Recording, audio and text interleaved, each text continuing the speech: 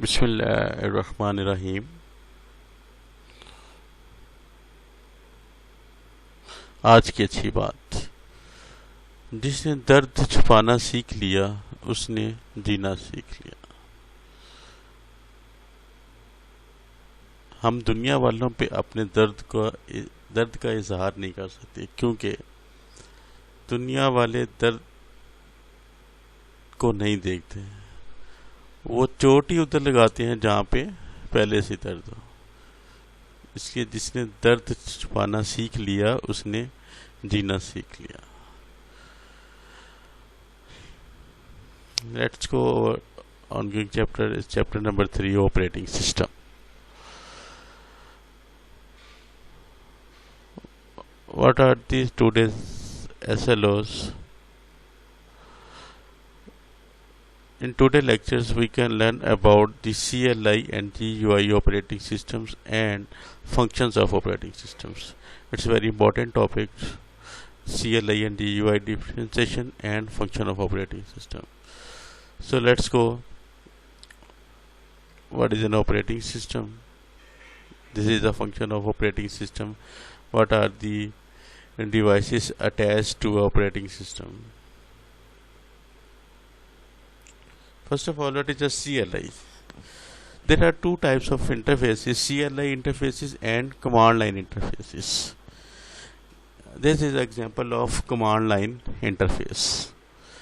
In command line interface, first of all, let's see what is a command line interface.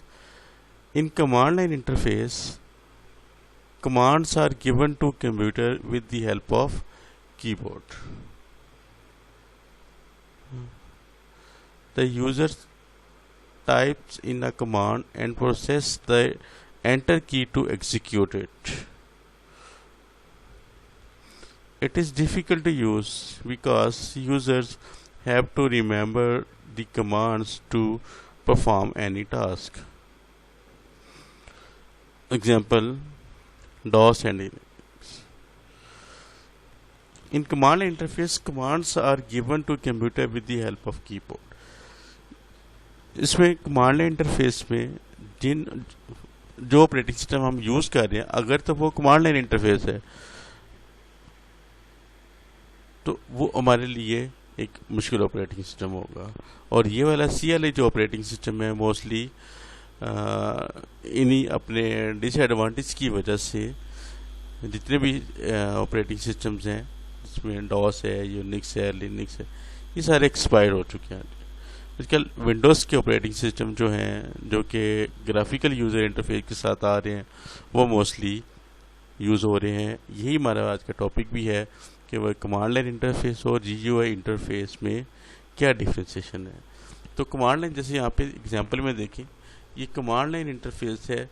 इसमें आपके पास files, directory जितनी भी सारी यहाँ पे शो हो रही हैं, और फिर हमारे पास सी प्रॉम्प्ट के ऊपर इसमें हमें कमांड्स को लिख के, जो भी आप फॉर एग्जांपल आपने कॉपी की कमांड लगानी है, तो हमें कॉपी की प्रॉपर कमांड लिख के जब तक हम एंटर की प्रेस करेंगे तो वो कमांड एग्जीक्यूट होगी। पूरी हमें प्रॉपर सिंटैक्स के साथ, प्रॉपर रूल्स के साथ हमें कॉपी की कमांड आनी चाहिए, देन आप उसको कॉपी कर सकेंगे। अगर आपको कॉपी की कमांड नहीं आती, you can not copy any files, तो कॉपी किसी किस्म की फाइल्स को नहीं कर सकेंगे। तो इसलिए कॉपी की जो कमांड है ये आपको आनी चाहिए। तो जितनी भी सारी कमांड्स हैं, जितनी भी सारी कंप्यूटर के साथ हमारी इंटरेक्शन है, वो कमांड्स के थ्रू होती है। कमांड लिखने के बाद हम एंटर करेंगे, एंटर की वजह से फिर वो कमांड एग्जीक्यूट होगी, then we can able to communicate with the computers. फिर हम कंप्यूटर के साथ कम्युनिकेशन कर सकेंगे। कमांड नहीं आती आपको, कंप्यूटर आप यूज़ नहीं कर सकेंगे। तो इसके लिए बहुत बुक्स आती हैं, कमांड लाइन इंटरफेस डॉस की जैसे है, वो सारी आपको कमांड याद करनी होती है, फिर आप उसको कंप्यूटर को यूज़ करते हैं। तो ये इसलिए इन ड्रॉबैक्स की वजह से ये कमांड लाइन इंटरफेसेस यूज़ नहीं हो रहे। जैसे डॉस एंड यूनिक्स की एग्जांपल्स है हमारे पास। जैसे ये देखें डॉस, अब इसमें starting MS DOS, Microsoft DOS, ये सी प्रॉम्प्ट है, जहाँ पे हमें कमांड लिखेंगे आगे, कॉपी की कहाँ से कॉपी करनी है, कहाँ पे सेंड करनी है, प्रॉपर सेंटेंस के साथ, सोर्स डेस्टिनेशन के साथ आप कॉपी कमांड लगाएंगे, एंटर करेंगे, फिर कॉपी की कमांड एग्जीक्यूट होगी। ये डॉस में था। इस तरह दूसरा लिनक्स है। लिनक्स में भी हमारे पास कमांड लाइन है, जब तक इसमें हम कमांड देंगे देन कंप्यूटर्स को एग्जीक्यूट करेगा। तो ये था इसमें कमांड लाइन इंटरफेस। और दूसरा जो हमारा है वो ग्राफिकल यूज़र। जैसे यहाँ पे देखें ग्राफिकल यूज़र, ये आइकन्स डिफरेंट नज़र आ रहे हैं, ये सारे ग्राफिक फॉर्म के ऊपर हैं। यूज़र फ्रेंडली है, अट्रैक्शन है, ठीक है, जस्ट ब्लैक एंड वाइट नहीं है। CLI के ऊपर हम कोई ग्राफिक्स को भी प्ले नहीं कर सकते, सिर्फ उसमें हम कमांड के थ्रू जस्ट टेक्स्ट को डिस्प्ले कर सकते हैं, किसी भी ग्राफिक और किसी भी पिक्चर्स को डिस्प्ले नहीं कर सकते। तो ये भी बहुत बड़ा डिसएडवांटेज है। अब what is the GUI, graphical user interface? It is a graphical user interface used for a computer users to interact with the computers. It uses Windows icons, menus and pointers. To perform a task, users has to select icons or make choices in menus using a mouse. For example, the user do not need to remember the commands to perform any task. It is user friendly. And Windows and Linux are the examples of GUI. अब देखें GUI में क्या है कि हमारे पास सबसे पहले command को लिखना ज़रूरी नहीं है। इसमें ये आइकन इंटरनेट एक्सप्लोरर का, आप इसके ऊपर क्लिक करेंगे ये एग्जीक्यूट हो जाएगा। मीन क्या, आपने पॉइंटर के थ्रू आपने इसको क्लिक किया, एग्जीक्यूट हो गया। फिर स्टार्ट बार है, उससे फर्दर मेन्यू खुलते हैं, तो उनमें से आप कोई भी आइकन्स लेके कोई भी एग्जीक्यूशन कमांड देते हैं तो वो डायरेक्टली ओपन हो जाती है। अब हमें इसमें कोई कमांड नहीं चाहिए इसको परफॉर्म करने। जैसे इंटर कॉपी है, कॉपी करने के लिए आपको कमांड की जरूरत नहीं है, आपने जस्ट जिस फाइल को कॉपी करना है उसके ऊपर राइट क्लिक कॉपी करना है और जाके पेस्ट कर देना। कमांड तो यहाँ पे ये नहीं चाहिए। कंपैरेटिवली CLI में देखें हमें वहाँ पे कमांड को याद करना पड़ा था, तो इसलिए यहाँ पे ये it uses Windows icons, menus and pointers. यहाँ पे देखें माउस के साथ हम डिफरेंट चॉइसेस को सेलेक्ट करने के बाद एग्जीक्यूट कर सकते हैं। The user do not need to remember the command to perform any task. अब डिलीट फॉर एग्जांपल, तो डिलीट की कमांड आनी चाहिए। किसी फाइल को डिलीट करना है तो आपको डिलीट की कमांड नहीं आएगी, आप फाइल को डिलीट नहीं कर सकेंगे या किसी फोल्डर को भी डिलीट नहीं कर सकेंगे। इसलिए यहाँ पे हमें इस इंटरफेस में कमांड्स को भी याद करने की ज़रूरत नहीं है। It is user friendly. User friendly मतलब ईजी टू यूज़ है। मतलब किसी अननोन को या किसी को भी आप बैठा दें कि भाई इसको यूज़ करना है, कोई ना कोई वो यहाँ से एक्टिविटीज़ को ओपन कर लेगा, क्योंकि वो यूज़र फ्रेंडली है। जबकि डॉस वाले इंटरफेस के ऊपर आप किसी को बैठा दें, कहेगा भाई मुझे कमांड ही नहीं आती तो मैं इसको कैसे यूज़ करूँ। सो इसमें ग्राफिकल यूज़र में ये ज़्यादा यूज़र फ्रेंडली है।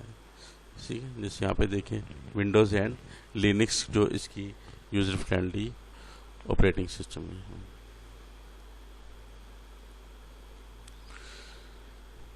The next topic is functions of OS। Operating system जो हमने अभी पढ़ा, उसकी टाइप्स पढ़ी, उसकी क्लासिफिकेशन पढ़ी। अब वो फंक्शन क्या करते हैं, फंक्शंस परफॉर्म करने के लिए कौन कौन से टास्क को परफॉर्म कर सकता है ऑपरेटिंग सिस्टम, उसके लिए बहुत इंपॉर्टेंट टॉपिक है फंक्शंस ऑफ OS। ये हमारे पास एक फंक्शन है OS के। Process management, memory, file management, devices management, security, job accounting, secondary storage management, process management, networking, coordination between other softwares and user, ये सारे इसके क्या है, फंक्शंस है, फंक्शंस ऑफ ऑपरेटिंग सिस्टम। तो इनमें से हम फर्स्ट ऑफ ऑल फंक्शंस को परफॉर्म करने के लिए process management. Process management, a process is a program in execution. An OS manages to execute more than one process at a time. अब जो प्रोसेस मैनेजमेंट है उसका काम है एट ए टाइम अगर OS में एक से ज़्यादा प्रोसेसिंग आ गई है तो प्रोसेस मैनेजमेंट उसको उस प्रोसेसिंग को मैनेज करेगा, क्यू में लगाएगा, उनकी एग्जीक्यूशन को वन बाय वन एग्जीक्यूट करेगा और उसको स्टोर करेगा। सेकंड मैनेजमेंट है that is a memory management. इससे बताया it is a process of allocating memory space for users programs in main memory. अब मेन मेमोरी के अंदर मेमोरी की जहाँ पे डाटा ने स्टोर होना है, जहाँ पे मेमोराइज होना है, वहाँ पे क्या होगी, मेमोरी मैनेजमेंट उसको मैनेज करेगी। तो ये एक ऑपरेटिंग सिस्टम का फंक्शन आ गया। And third one is input output management.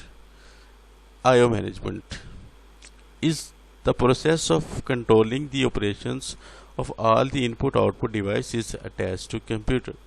तो कंप्यूटर जितनी भी सारी इनपुट आउटपुट डिवाइसेस लगी हुई हैं उनको एग्जीक्यूट, उनको मैनेज करने के लिए कौन कौन सी डिवाइसेस लगी हैं, IO मैनेजमेंट के वर्किंग है।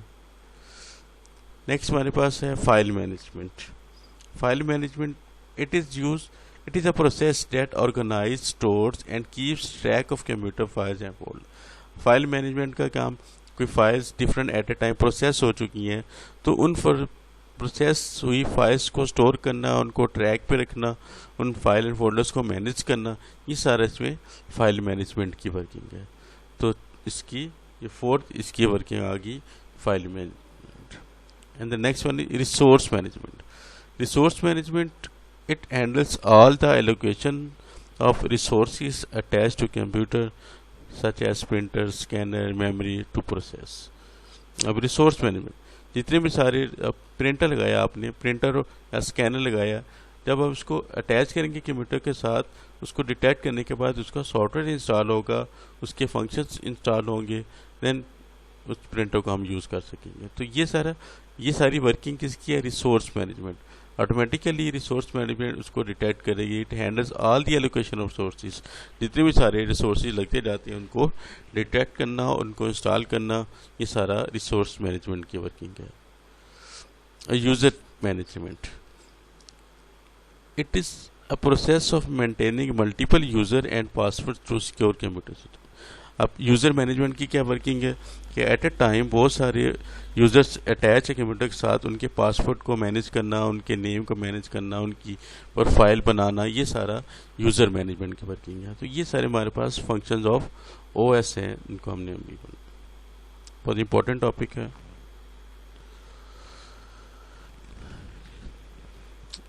Today's assignment, write and learn CLI and GUI interfaces, make a table of all functions of OS। और जितने भी सारे हमने OS पढ़े, फंक्शंस पढ़े, उन सब का एक प्रॉपर टेबल बना के उन सब को लिखना है, एक्सप्लेन करना है कि ये सारे इसके फंक्शंस हैं, और CLI और GUI इंटरफेसेस के बारे में भी। थैंक्स।